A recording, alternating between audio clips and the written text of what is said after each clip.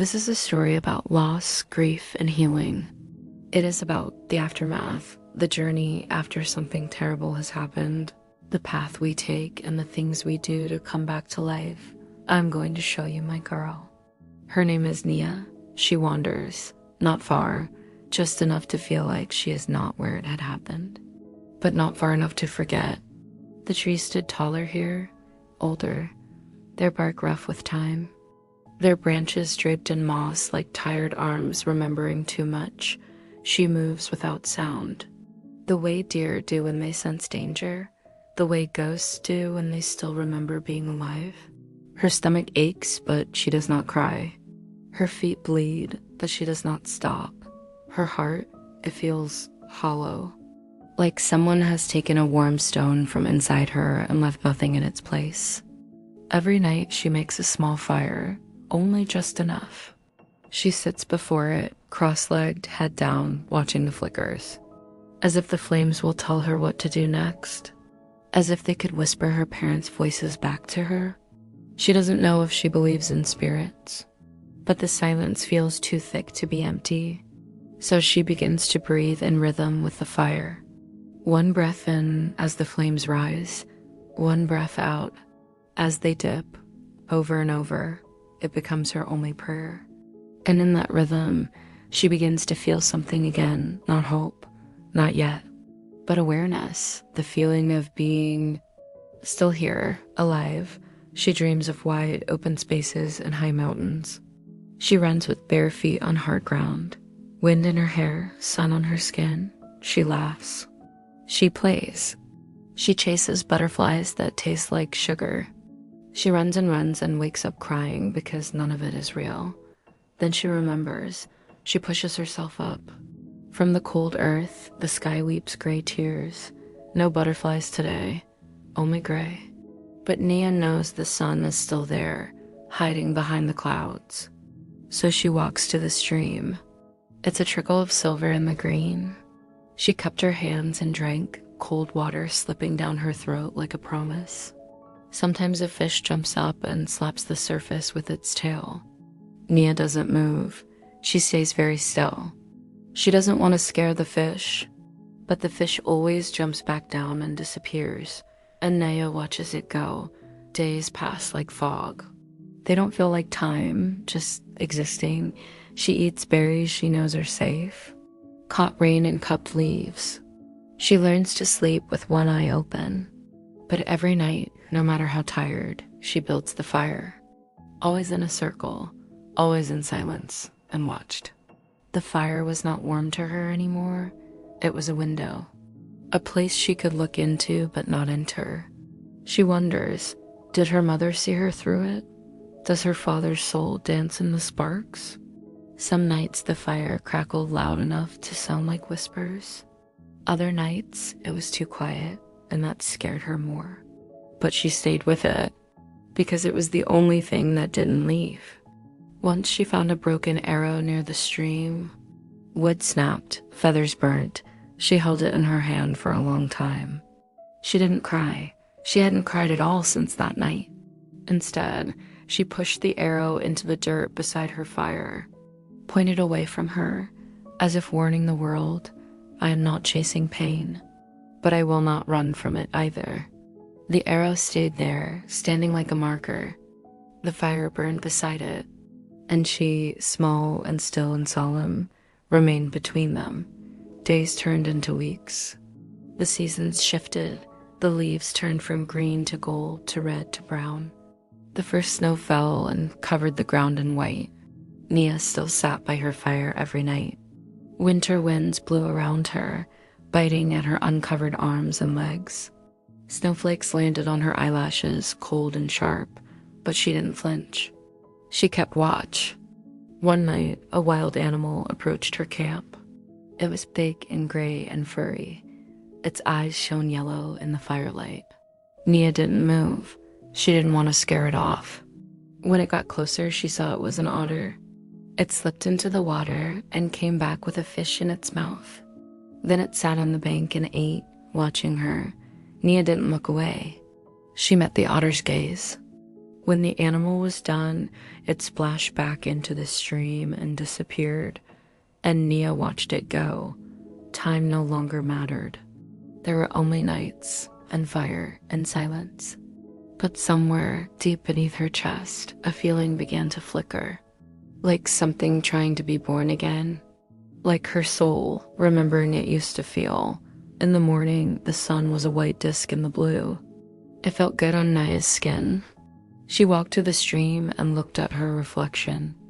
She was thinner now, her face sharper, her eyes dark and deep, hollow still, but less so than before. She reached out and touched her own face, cold water on her fingertips. She was still here. That meant something.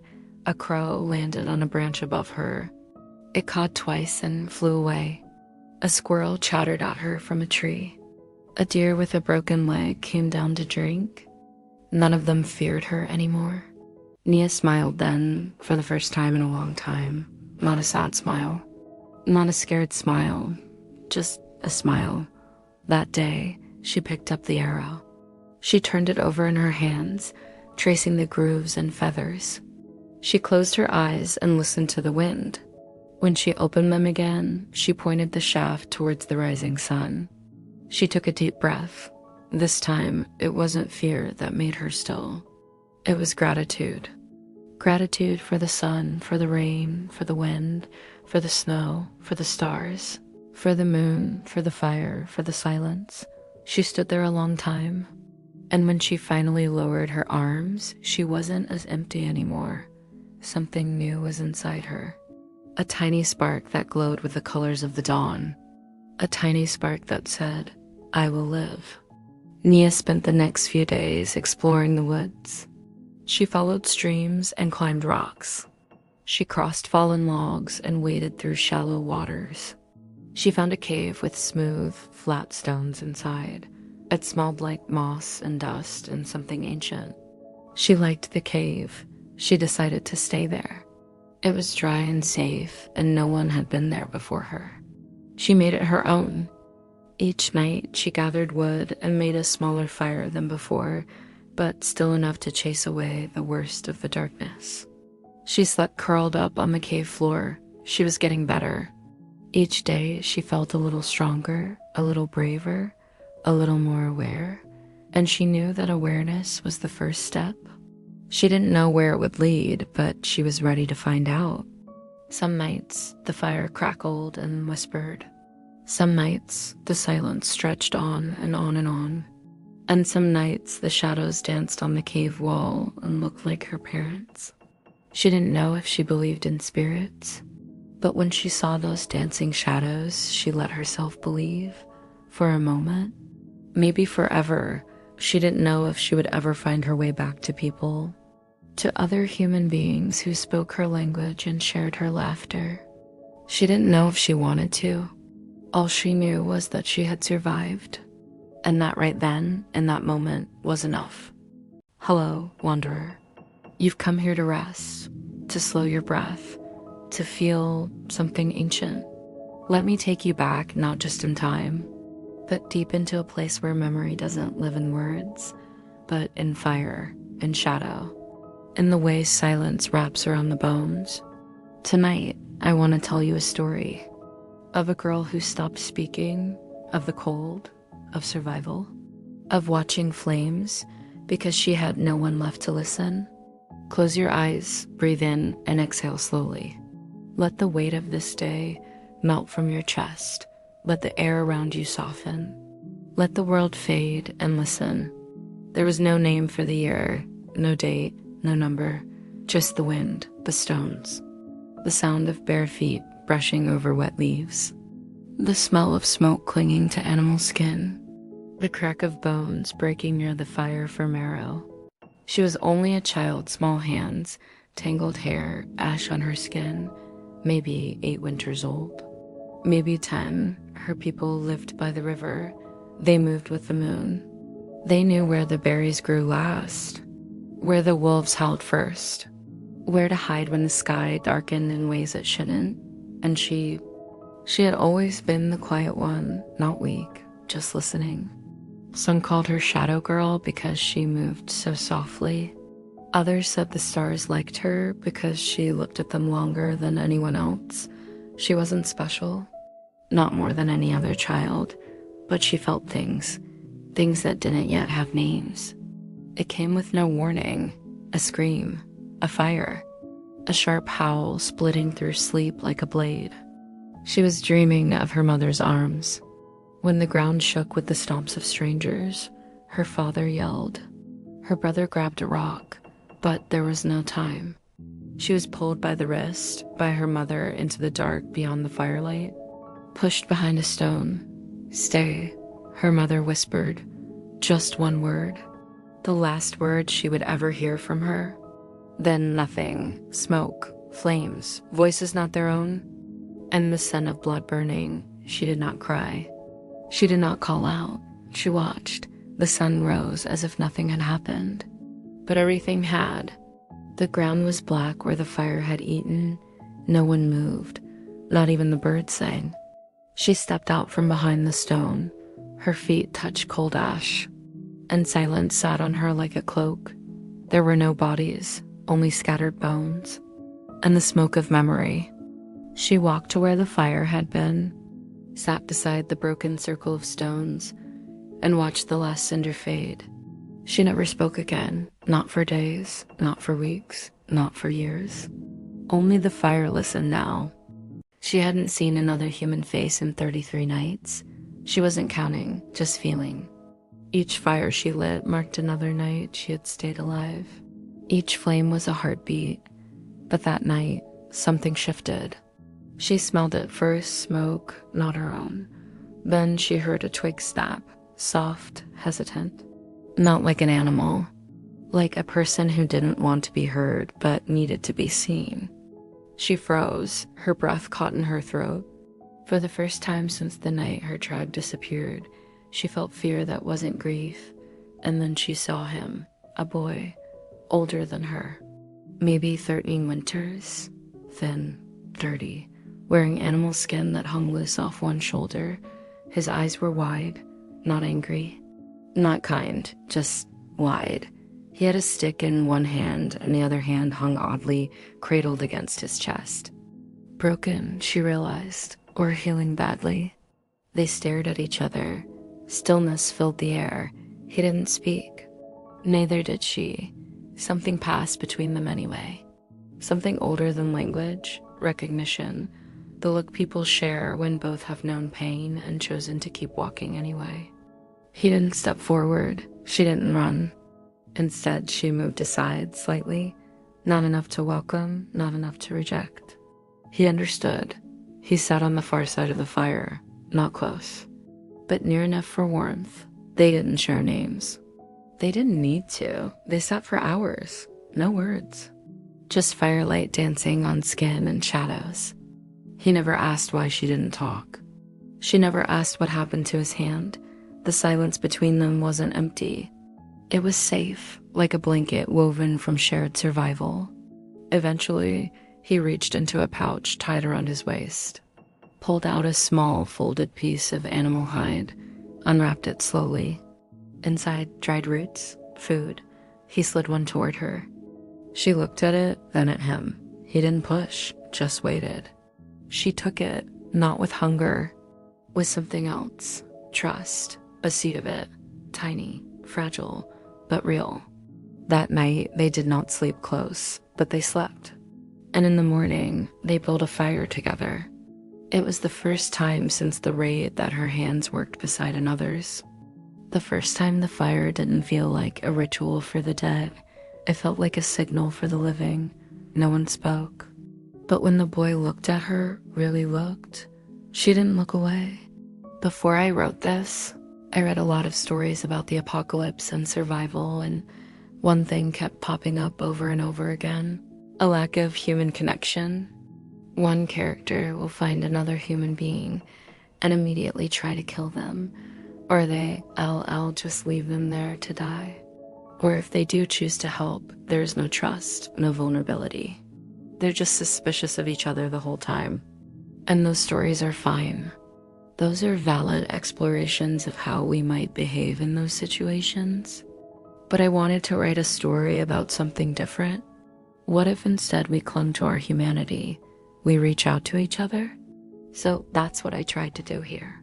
This isn't a story about the end of the world. It's a story about two survivors. That's it.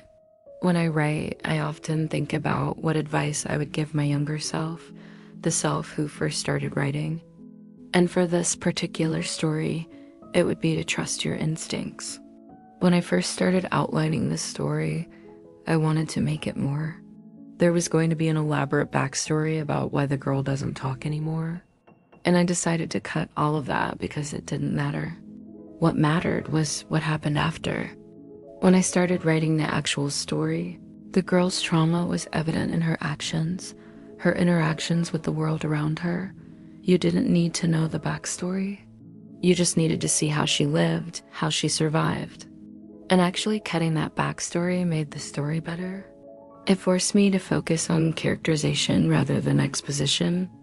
I also wanted to say something about silence, about how silence can be comfortable sometimes. Often when I'm writing dialogue, I worry that there's too much silence. So I'll add in extra lines to fill the gaps. But that's not always what makes a good story. Sometimes silence can be powerful. The pauses, the moments where we don't know what's being thought or felt, those can be the most interesting parts of a story. So I hope I did that here. I hope I honored the silences. And lastly, I wanted to give a shout out to a book that inspired me. It's called The Girl Who Drank the Moon by Kelly Barnhill. It's a beautiful story with lyrical prose and a strong female lead who doesn't speak. In this story, the girl's silence is a source of strength, not a weakness, and that was inspiring to me as a writer. Okay, so that's my story. Now I want to hear from you. If you could give your younger self some advice, what would it be? Let me know down in the comments, and while you're down there, please consider subscribing. I post new stories every Friday, and I'd love to have you here. Thank you so much for listening, and until next time, take care. The beat of my heart is a drum in the silence. The beat of my heart is a drum in the silence of this place, where only trees remember our names, and the shadows cling closer, making me smaller, turning my steps slower. The whisper of leaves has become a language I do not understand, and I miss the sound of human voices as if I have never known them. There are things we lose in the wilderness, but there are also things we find. They didn't count days together. Time no longer needed names, only firelight and hunger. Only sleep and waking, only breath and presence. But something had changed. There was now a second shadow beside hers. A second pair of hands gathering dry twigs before dusk. A second body sitting beside the warmth, not to watch it mourn, but to feel it live. We don't speak much. We don't need to. We speak in movement, in glances, in rhythm. When she places a rock near the fire for boiling water, he understands to bring the bark to hold it. When he grunts softly and looks at the sky, she follows his gaze. There were storm clouds. It is not words. It is survival made gentle. It is comfort made real. One morning, she wakes before him. She had not dreamed of fire.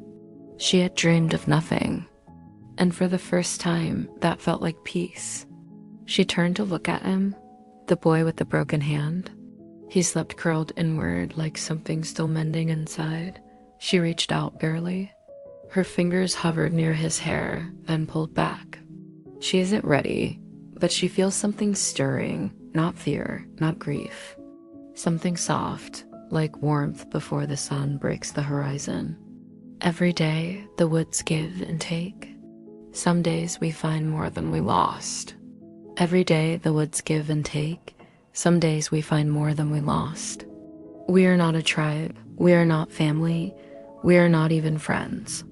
We are two creatures sharing an existence, each carrying a solitude only the woods can hear. But today, when we crossed the path of a bear, we stopped together. We froze side by side. Eyes locked, hearts racing, breathing in perfect mirror. The bear passed. and we didn't speak. But that night, we both built the fire larger, not because it was cold, but because we needed to see it brighter. To feel more alive, he taught her a way to signal with the hands. If danger, fist. If safe, palm open. If food, 2 fingers together.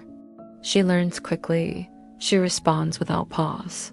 And in that exchange of gestures, she begins to feel something she hasn't in moons. Safety. Some nights the wind howls and the trees bend low, and the wilderness reminds us how small we are.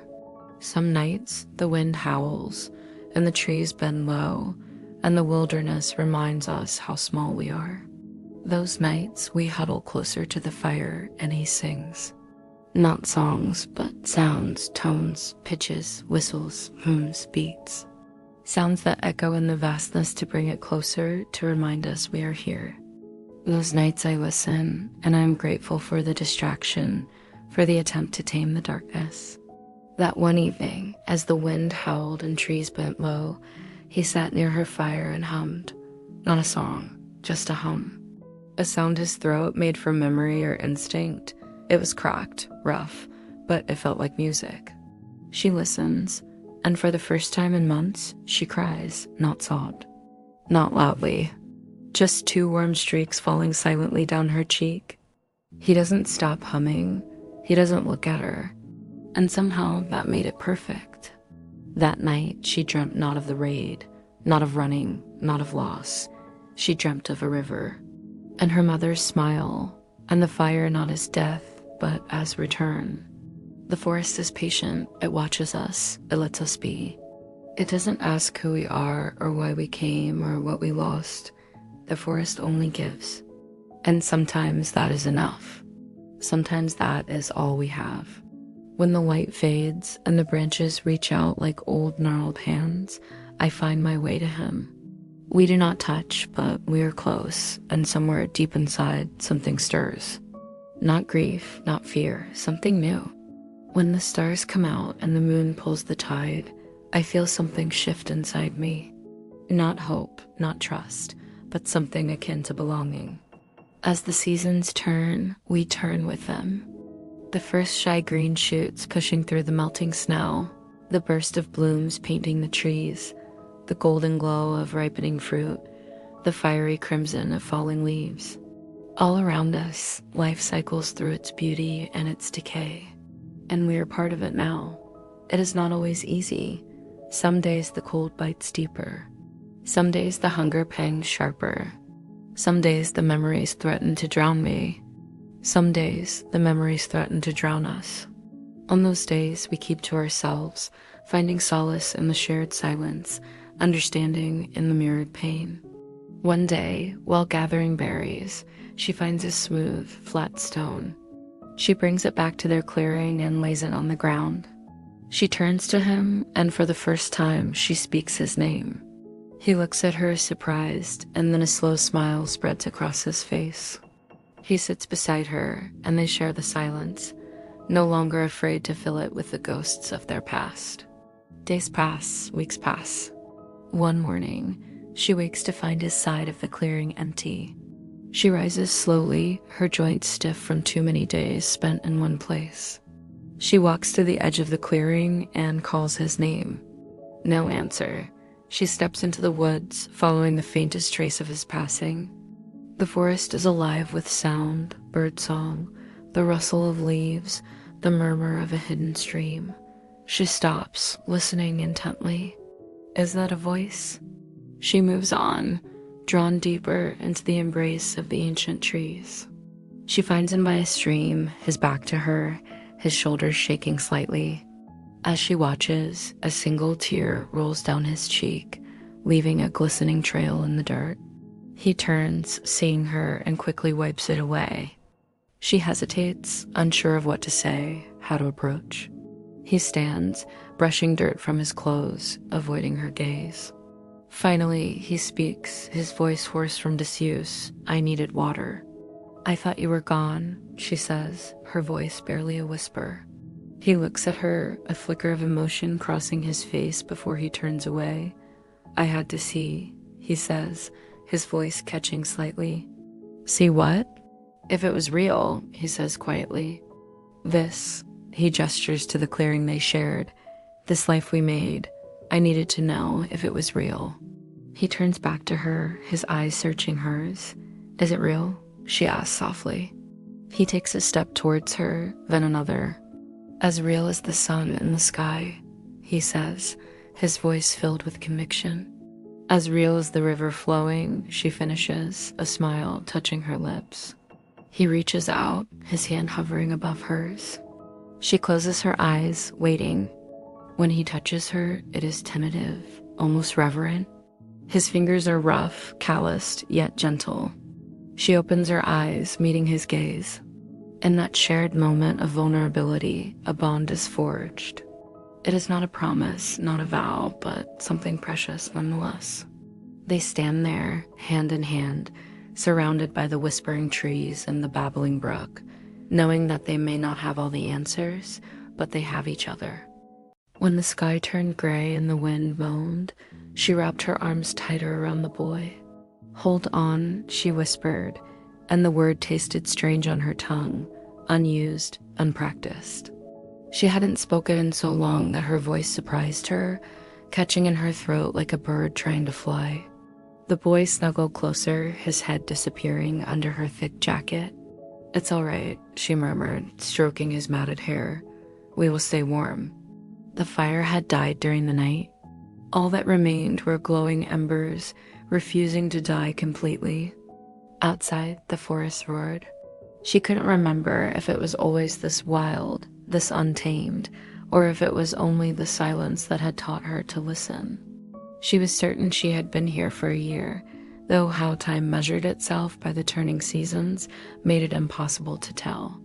Spring had burst into bloom, mocking her stillness. Summer had shimmered, inviting her to dance. But she had stayed by the graveside, cradled the dead leaves of autumn, and waited for winter to drape her in white, shrouding everything in soft gray silence. Through it all, the boy had never left her side. He would gather berries, forage for roots, and bring her food. Sometimes he would stop and watch her, his large, somber eyes filled with questions she couldn't answer. She had learned his signs, his gestures, they were enough. But sometimes, when the silence stretched, she saw a flicker of confusion cross his young face and wondered if he also heard the ghosts singing in the trees. This morning, though, she knew she needed to change. If they were to survive, they both had to. The gravesite was sacred ground, but it wasn't home. She stood, pulling her thin jacket tighter.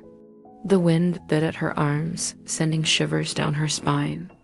The boy watched her, his forehead creased in concern. She cupped his cheek, marveling at how sharp his bones were under her palm, how alive and vibrant her touch made him wince.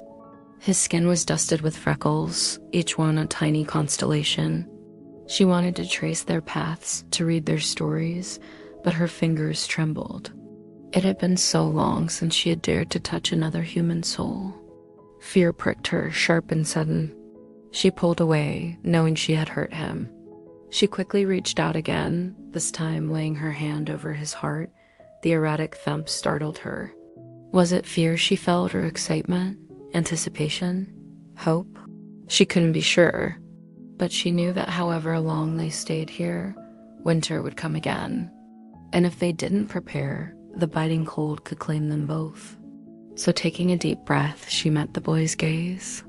His eyes shone with understanding, trust, and together they started walking. The forest had softened. Maybe it was the season changing. Or maybe, just maybe, it was her. Where once the trees loomed like watchers, now they felt like witnesses. Their gnarled limbs reaching up like welcoming arms instead of accusing fingers. The moss was greener, the birds dared to sing again. And when she sat beside the fire that night, she no longer watched it with fear or sorrow. She simply watched like one does a friend. Her body had changed too, the roundness of childhood giving way to lean muscle. Her calloused feet no longer stumbled on the uneven ground. Her arms, though still thin, carried water without shaking. But inside, that was where the real change lived. Grief still slept in her chest, but it no longer screamed. It pulsed softly like a scar she no longer avoided touching. She thought of her old life, how different it had been, how safe, how unaware. She had had a mother who sang and a father who told stories. She remembered their laughter echoing through the halls of their home, the warmth of their hugs. She missed their voices. She missed their smiles, but now she also missed their lessons. The way her father had shown her how to hold a knife, steady her aim. The way her mother had taught her to find North Star, how to brew tea from stinging nettles, how to coax a fire to life. She had run from these skills once, desperate to escape the woods, the solitude, the endless cycle of planting, harvesting, preserving. But now she realized they had been a part of her story. The girl she once was had wanted to break free from her past, but what if her future lay within it? What if it had always? Some nights she would lie awake beside the fire, the boy breathing quietly nearby. She would look at the stars through the canopy and wonder why she was still here. Why had she been the one behind the rock and not the one taken? She did not know, but now she stopped asking like a victim. She asked like someone ready to understand. The boy still never asked her to speak, and she still never tried. But one morning, when he sliced bark from a tree and handed her a strip to chew, she looked into his eyes longer than before. She nodded slowly.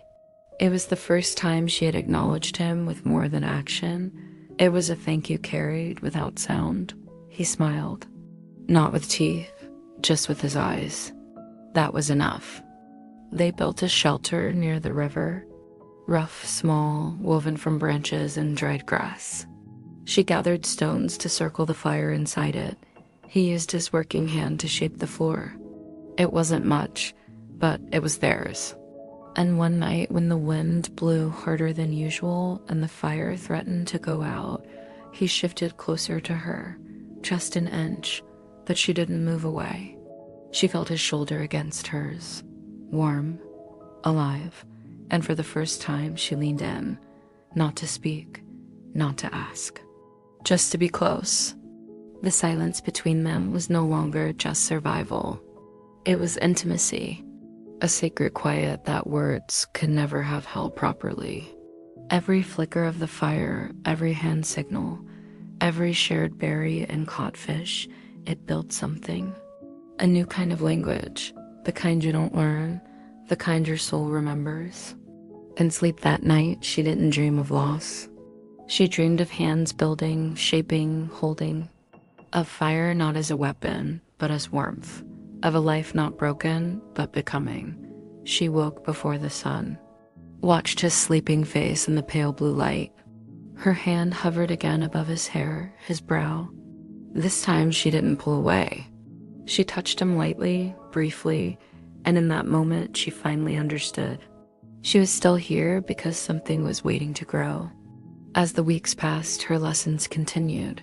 She learned how to fell a tree, not with an axe, but with a sharp rock and precise blows. She learned to recognize each plant, its healing properties, and how to cultivate a patch of land. She even learned to track, following the signs of animals long after she could see their bodies. All the while, the boy grew stronger. His eyes, once filled with solemn curiosity, now shone with confidence. He would bring her fish, their silvery bodies glistening in the sun, or present her with a necklace of colorful pebbles. She treasured these gifts not for their monetary value, which was nothing, but for the effort, the love that went into them. One day, as they sat by the river, he broke a twig, tossing it into the current. "You want fish," he signed, his brows furrowed in concentration. She nodded, understanding. "Go there," he said, pointing to a cluster of reeds. She followed his gaze and saw the fish darting among the stems. She dipped her hands into the water, cupping and throwing.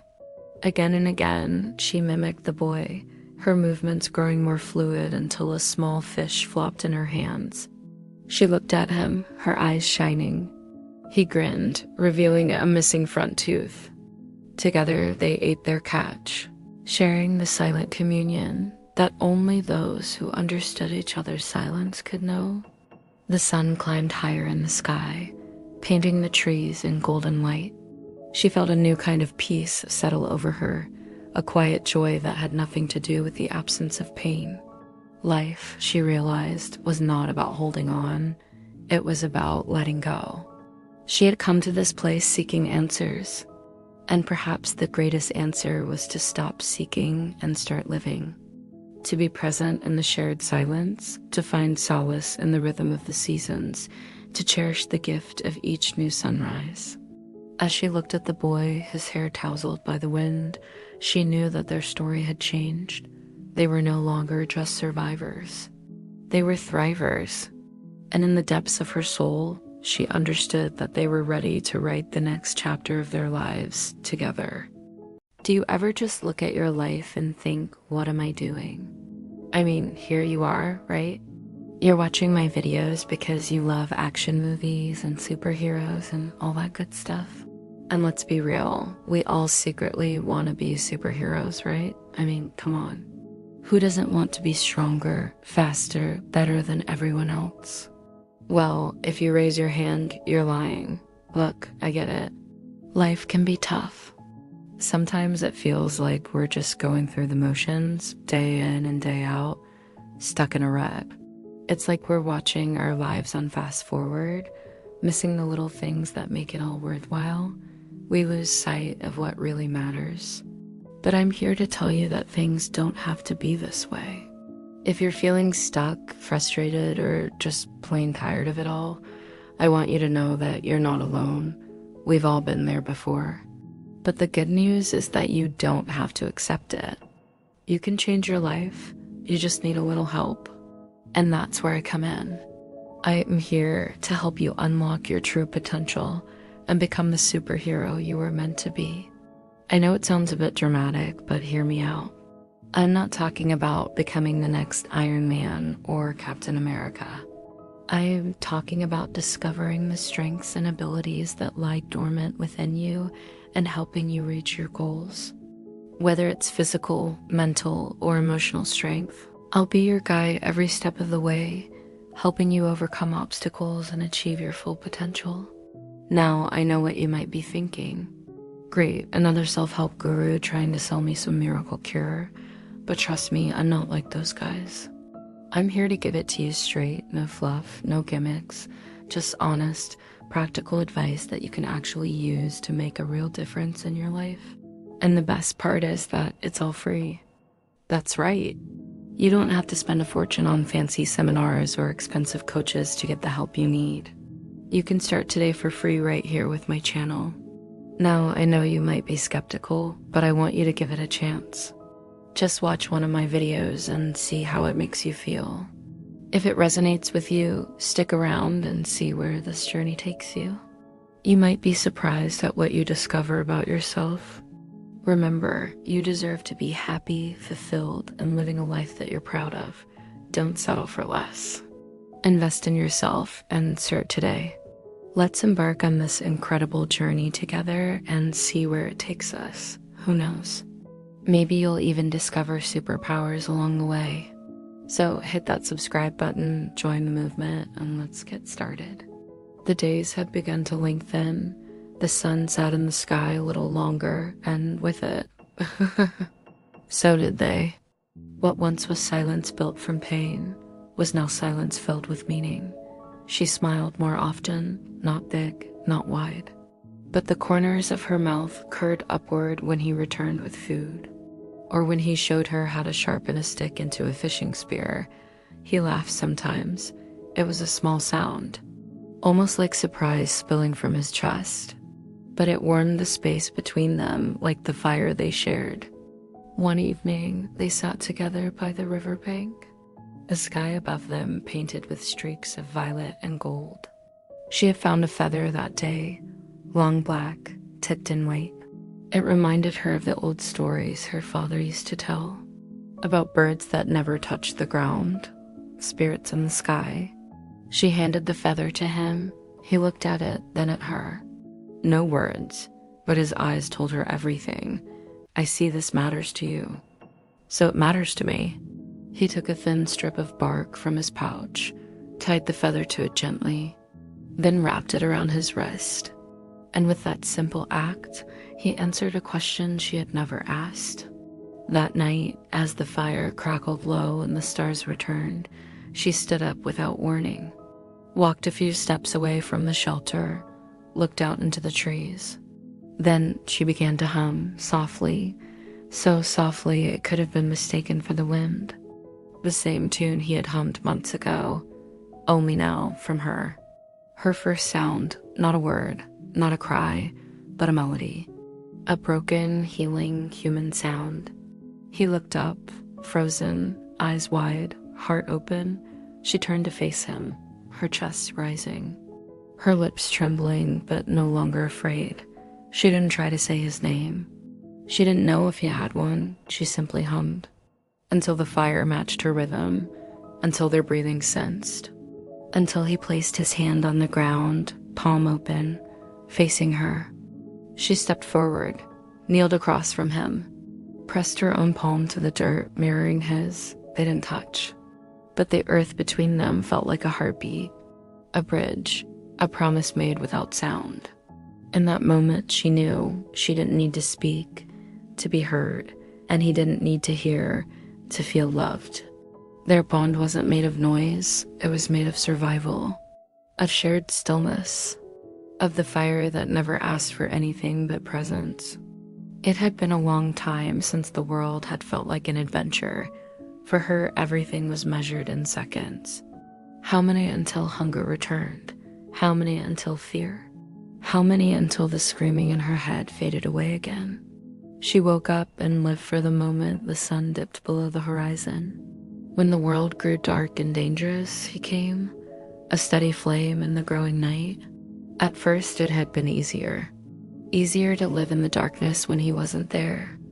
With him, every sunrise brought hope, and with it, the memory of who she once was, what she could be. He didn't speak.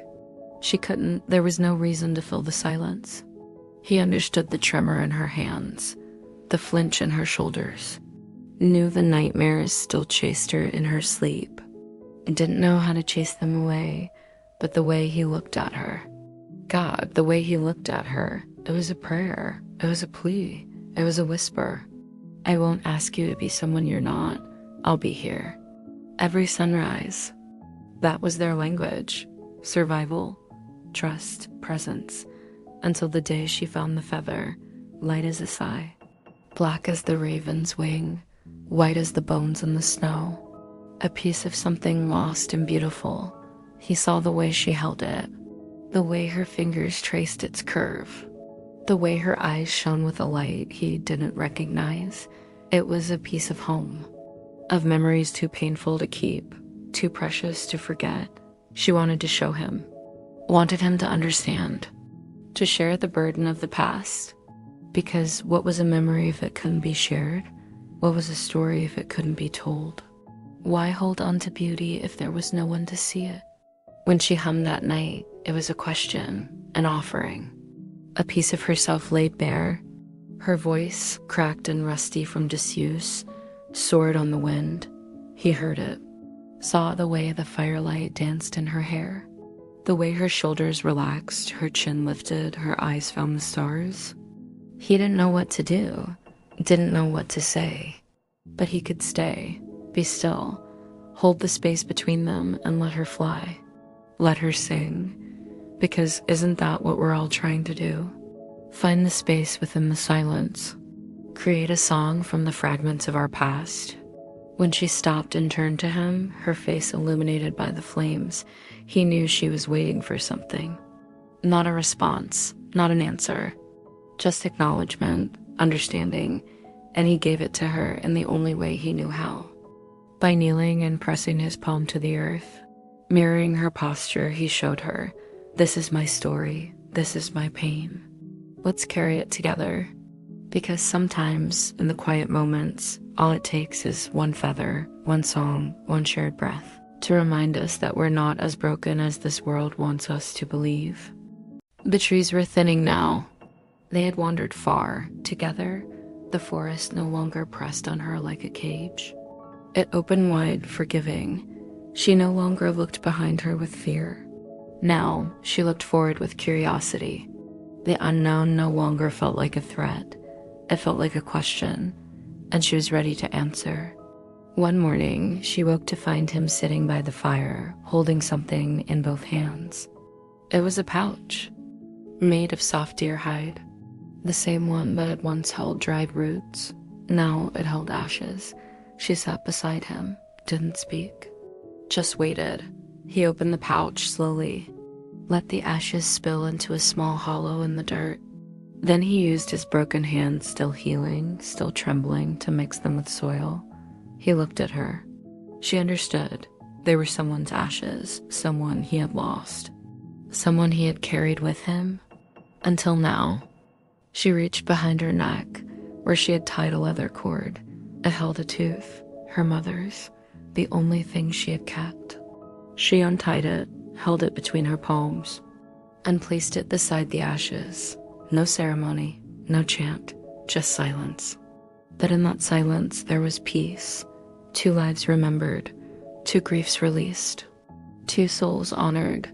They covered the mound with flat stones, then sat back, watched the fire together, no longer mourning, but watching it like a sunrise, like something beginning.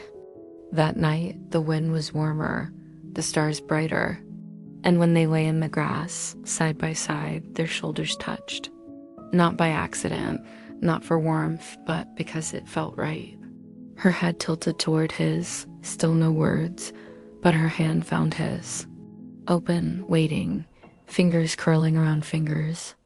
And in that simple act, a truth was spoken. I am not what was taken.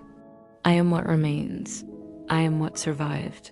And I am learning to live again. Anya. The sun hit her face, warm, insistent. She cracked open an eye, saw leaves dancing in the light, heard the stream gurgling nearby. Another day, another breath. She stretched, feeling the ache in her side, the throb in her shoulder. Reminders of yesterday, of the day before, of the endless days that had become weeks. How long? Weeks. Since she'd left the village. Since she'd fled the whispers, the pitying looks, the fearful touch. How long? Weeks since she'd seen him, missed him, dreamed of him. Some nights she dreamed of firelight and camp, of shared meals and quiet companionship. Other nights she dreamed of thunder and lightning, of a dark figure standing tall in the storm, calling her name, calling her name.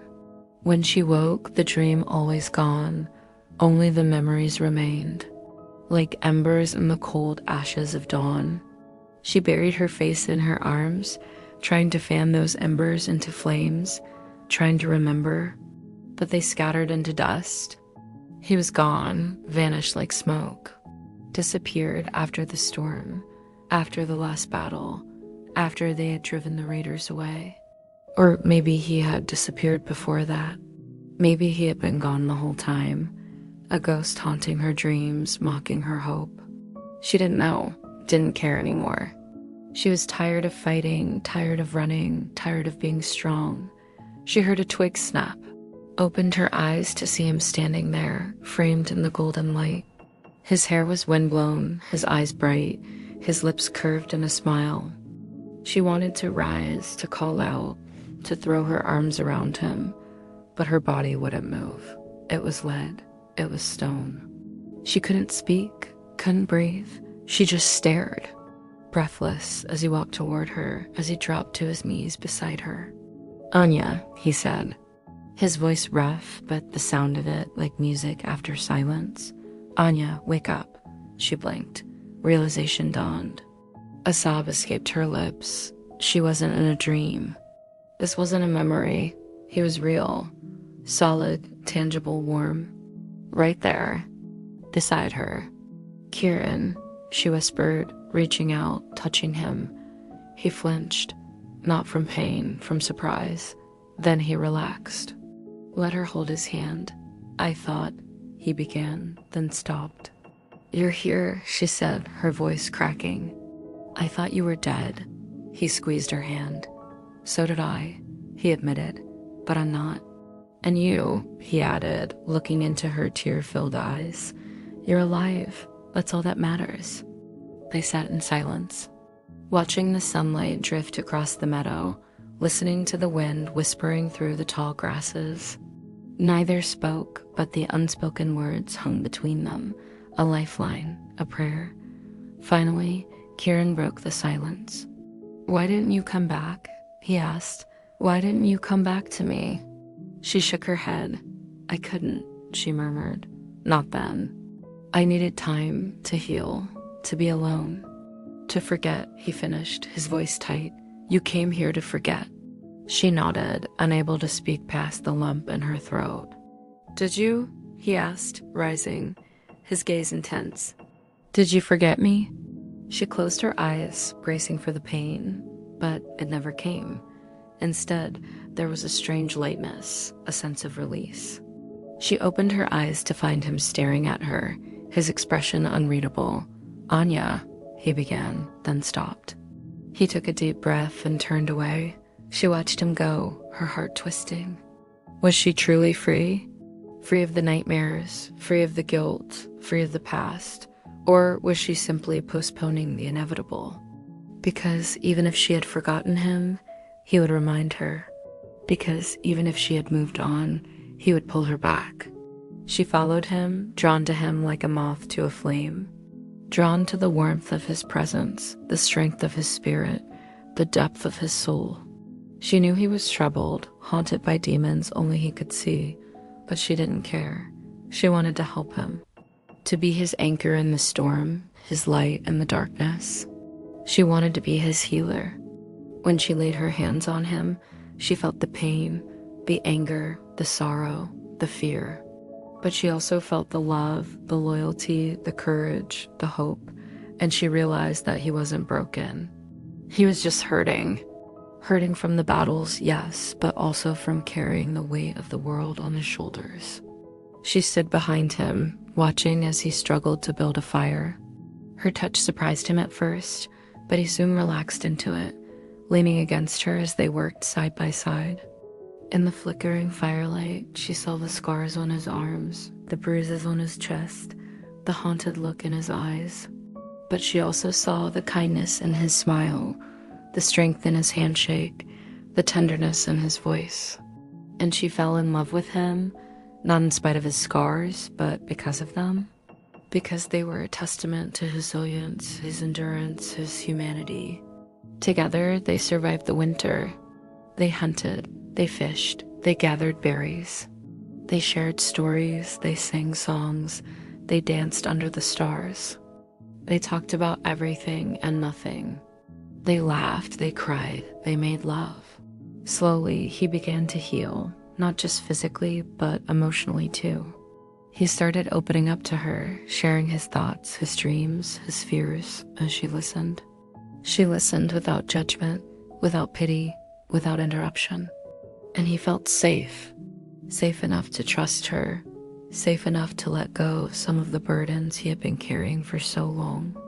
One evening, as they sat by the fire, watching the flames rise and fall, he turned to her, his eyes filled with gratitude. Thank you, he said, for coming back, for staying with me. She smiled, reaching out to stroke his cheek. It was never goodbye, Kieran, she whispered. It was just until next time. Because no matter where we go, no matter what happens, we always come back to each other because we are two souls intertwined.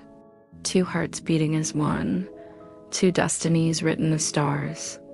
And as the fire crackled and the stars twinkled above them, they knew that their love story was just beginning. A love story that had been forged in the fires of adversity, tempered by the storms of life and strengthened by their shared resilience. A love story that promised to be as enduring as the mountains that surrounded them, as timeless as the stars that guided them, and as unwavering as the bond that united them. The end. Hey, so after the ending of part 2, I asked you all if you wanted me to write a third part to the story. Since this is an anthology series, each part can stand alone as its own story. So even if you haven't read or watched the previous parts, you'll still understand what's going on. That said, I do think it adds to the experience. So if you're interested, here are the first 2 parts, parts 1 and 2. Anyway, let's continue. The next morning was quieter than usual. Even the birds seemed to sing softer, even the wind moved slower. She opened her eyes to a pale gold sky. The boy was already awake, sitting cross-legged, watching the fire shrink into embers. For a moment, she simply watched him, not as a stranger, not even as a friend, but as someone who had seen her pain and stayed.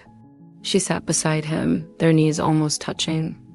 Then, without sound, he pointed. Ahead of them, past the trees, was a narrow path barely visible cut into the grass. Not a road, not a trail someone made for them, but a direction. She looked at him. He didn't ask. But the question was there. Do we keep moving? She took a breath, closed her eyes. Listened to her heartbeat. It was steady. It was hers again. She nodded. They packed what little they had, some dried roots, 2 sharp sticks, a pouch of water, and the feather. He gave her the feather this time. She tied it in her hair, high where the wind could catch it. They didn't speak. There was no need. Their footsteps were quiet, their shoulders close. They walked for hours, sometimes side by side, sometimes one behind the other, but never alone. And every now and then, one of them would stop, not for danger, not for rest, but to look up, to feel the sun, to listen to the wind, to remember what it felt like to be alive and unafraid. The trees thinned completely, the forest behind them now, and front wide land, rolling hills, clouds shaped like sails, and the faint sound of water somewhere beyond sight. She took a deep breath. It didn't smell like smoke anymore. It smelled like grass, like earth, like beginning. They would find more people, maybe, or maybe not. They would face storms, hunger, cold. But they would face it together. And every fire they built would be a reminder. We survived, not just the world, not just the raid, but our own hearts. When the sun dipped below the horizon, they found a cave hidden in the mouth of a hill. Inside, a spring dripped from the ceiling, creating a small pool of water. She drank deeply from her hands, feeling the coolness spread through her body. It was sweet and clear and filled with tiny pebbles. The boy brought her a handful of berries. They were small, dark purple. She ate them slowly, savoring the taste, sweet like honey, tart like courage. They made her think of her grandmother's cakes, layered with berries and cream, eaten on a warm porch in the light of a setting sun. Back when life used to be simple, before it was filled with raiders and fire and fear. A tear rolled down her cheek. The boy wiped it away with his sleeve. He didn't ask what was wrong. He didn't need to. In the flickering firelight, she looked at him, really looked at him. She saw the dirt on his face, the scratches on his arms, the way his hair fell over his forehead. He was beautiful, and as she realized this, her heart cracked open, as if a caged bird had finally spread its wings and flown away. Because for so long, she had carried the weight of the world on her shoulders, trying to be strong for everyone else. But in doing so, she had forgotten how to be anything but a warrior, a survivor. But here he was, gentle and kind and brave. And in his presence, she remembered what it was like to be human. Days turned into weeks, weeks into months. They traveled during the day and slept under the stars at night.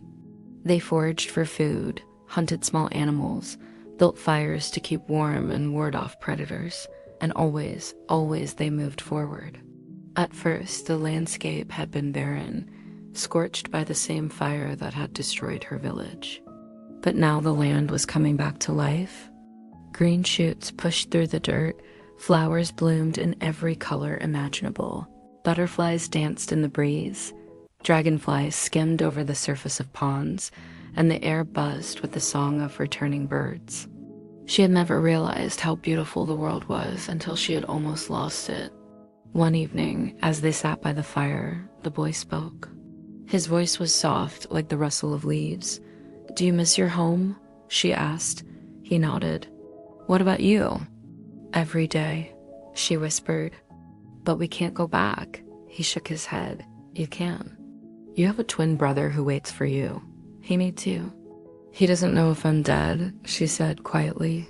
"He thinks I'm protecting the border. It's safer here with me." "No, it's not. There's always the wind, the whispers. We don't have walls, don't have weapons. We don't even have a name for this place."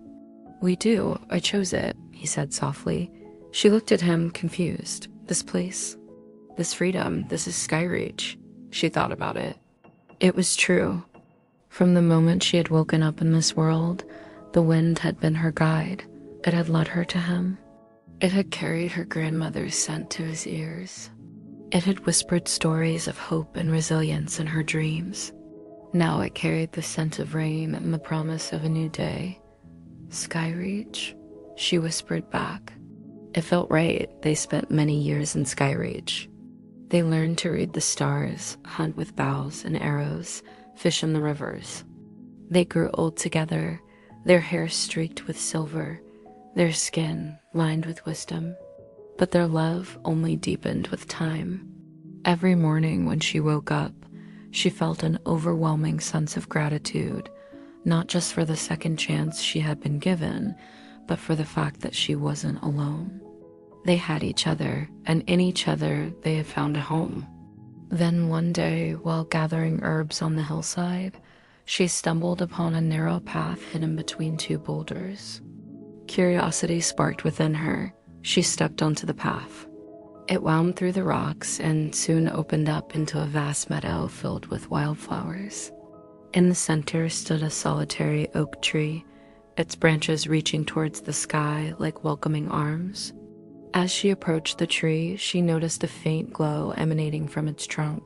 Hesitantly, she reached out and touched it. The glow intensified, and she gasped as images flooded her mind. She saw rolling hills, sparkling rivers, lush forests, and in the distance, towering city walls. But what truly captured her attention were the people. They were laughing, playing games, tending to their fields. It was a vision of peace, of prosperity, of a life she had almost forgotten existed. When she pulled away from the tree, tears streamed down her face. The boy found her by the oak tree, his eyes filled with concern. She rushed to him, her heart pounding. "I saw it," she whispered, her voice trembling with emotion. "I saw everything we lost." He embraced her, understanding shining in his eyes. They stood there for a long time, united in their grief, yet anchored by their love for each other. As the sun dipped below the horizon, casting long shadows across the meadow, they made a decision. They would return to Brightwood. It was time to reclaim their home, to rebuild their lives, to honor the memory of those they had lost. Together, hand in hand, they walked towards the path, their steps lighter now, their hearts filled with purpose. The wind, as if sensing their determination, picked up the pace, carrying with it the scent of rain and the whisper of hope. Theirs was a story of resilience, a testament to the enduring power of love in a world that had tried so hard to break them. Theirs was a story that, like the wind, refused to be contained, yearning to be heard, to remind everyone that even in the darkest of times, hope could bloom, love could endure, and the human spirit, once unbroken, could never truly be vanquished.